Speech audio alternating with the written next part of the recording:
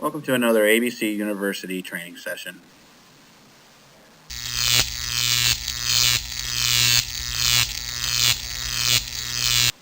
In this training session, we're going to go over basic electrical.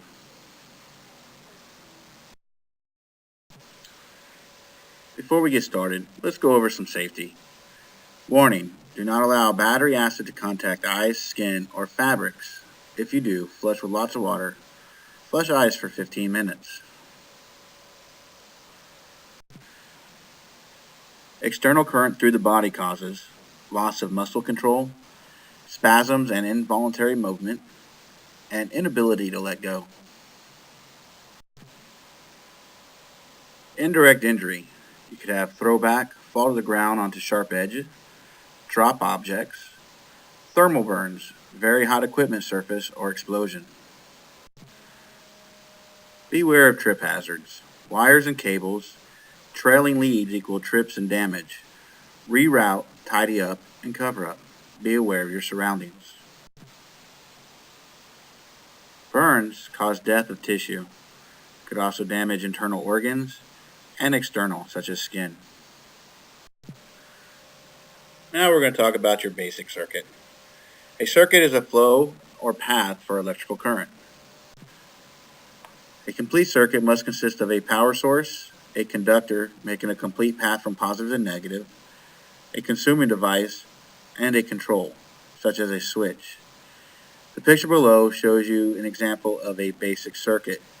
Now the difference between a basic and a simple circuit is your consuming device. On a simple circuit, you would not have a consuming device. Now we'll go over basic electric functions. As before, with any basic electrical circuit, the first thing you will need is your power circuit, which distributes DC power to the loads.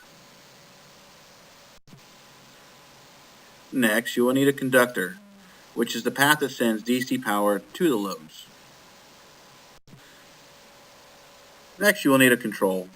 Control circuits supply power to or take power away from loads, i.e. a switch or relay would be an example.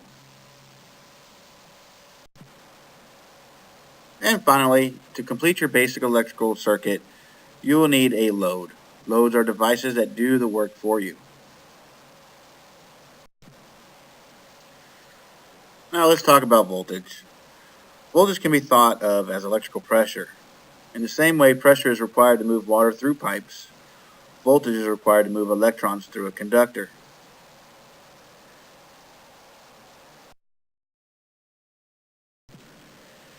Now we're going to talk about amperage, or current. Amperage is the flow of electrons through a conductor. Just as water requires pressure to be pushed through a pipe, amperage requires voltage to be pushed through a conductor. The lower the voltage, the lower the flow. The higher the voltage, the higher the flow.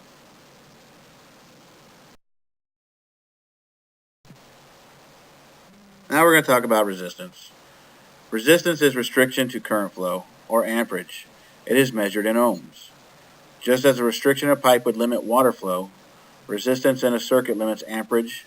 Resistance can be used to control current flow, generate heat, generate light, and accomplish work.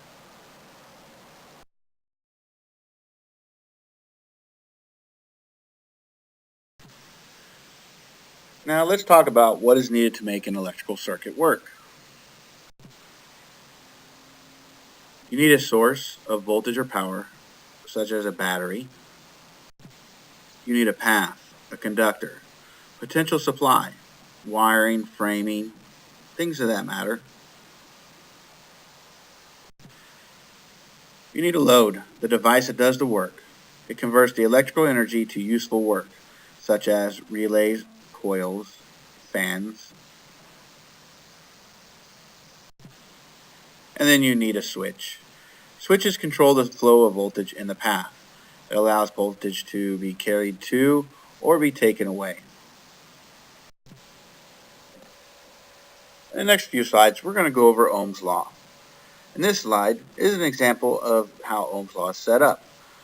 Volts equals amps times ohms, or E equals I times R.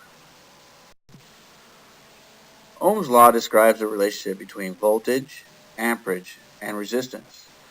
Volts equal amps multiplied by ohms.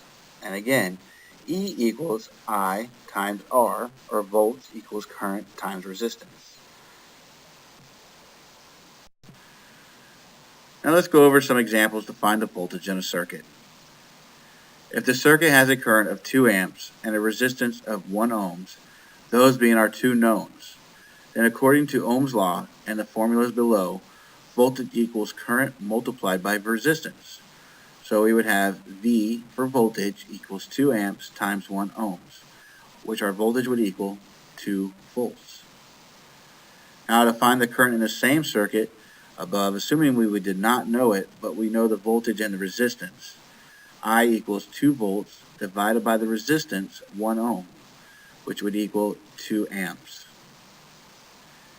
In the third example, we know the current, 2 amps, and the voltage, 2 volts. What is the resistance?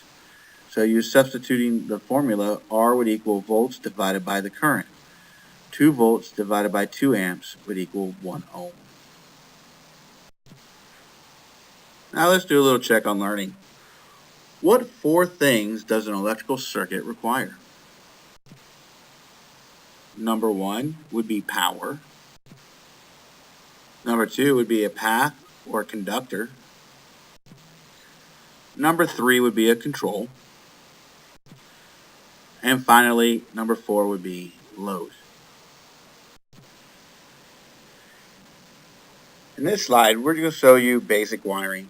To the left, you have your 24-volt supply or power.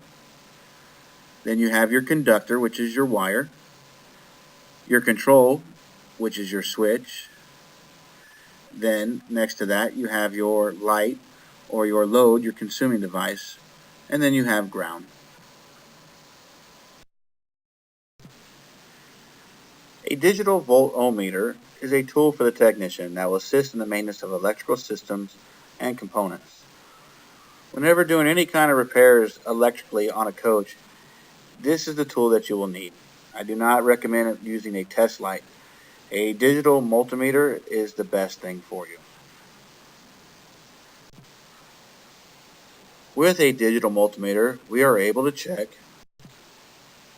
relay, diode, coils, solenoid valves, and wiring. And now we're going to start talking about switches, loads, and paths. For example, a switch could be a regular toggle switch or a relay. The picture down below shows you an example of a coil. And your path will be the way the current or electrical is actually going to flow.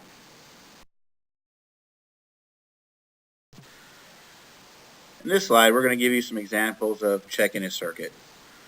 As you can see below, we have our lead, our black lead, which is ground, onto the ground of our source. And then we take our red lead or power voltage to check the path. As you can see, the switch is open, so I should show open on my digital multimeter. In this example, we're checking the same circuit, but now we have closed the switch. And as you can see, we're picking up battery voltage of 27.8 volts. In this slide, we're showing you the bottom of a relay. A relay has to be removed from its holder before it can be properly tested to make sure it's actually a good relay. Now, let's talk about what's inside that relay. You have your relay coil. Next, you have the relay contacts. You have your contact normally closed, 87A. You have your contact normally open, 87. And then you have your lever that moves back and forth to actually complete the circuit or to disconnect the circuit. A magnet is one continuous piece of wire. When you add power, it creates magnetism. That is what actually pulls your lever to the side of your relay to actually make the contact to close that circuit to allow power to flow. Now let's go ahead and check a relay. Turn off the unit and remove the suspected relay from the socket. Turn your multimeter switch to the ohm mode. Now let's check the coil, pins 85 and 86 for continuity with the ohm meter. A good 24 volt coil has a resistance of approximately 215 ohms. A reading of 0 ohms, shorted, or infinite and open indicates a defective coil.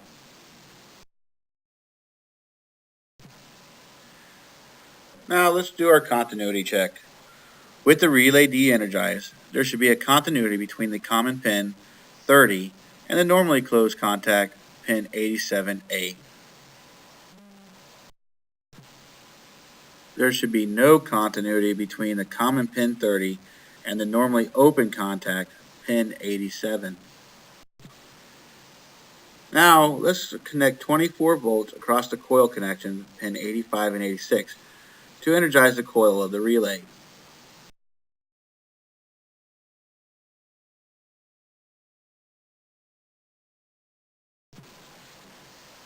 Now that the coil has been energized and it has pulled your lever up, there should be continuity between the common pin 30 and the normally open contact pin 87. And there should be no continuity between the common pin 30 and the normally closed pin 87A. And this is going to conclude this session from ABC University's Basic Electrical. In this session we covered basic electrical on the difference between a basic electrical circuit and a simple electrical circuit, the difference between amperage, voltage, and resistance. We also saw how to use Ohm's law, and we also saw how to test a 24 volt relay the correct way.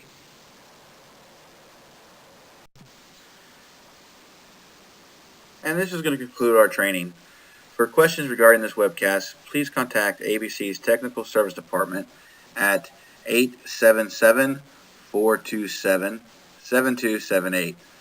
Listen for the prompts for Coach Technical Support and select the appropriate option. Support is available at this number 24/7.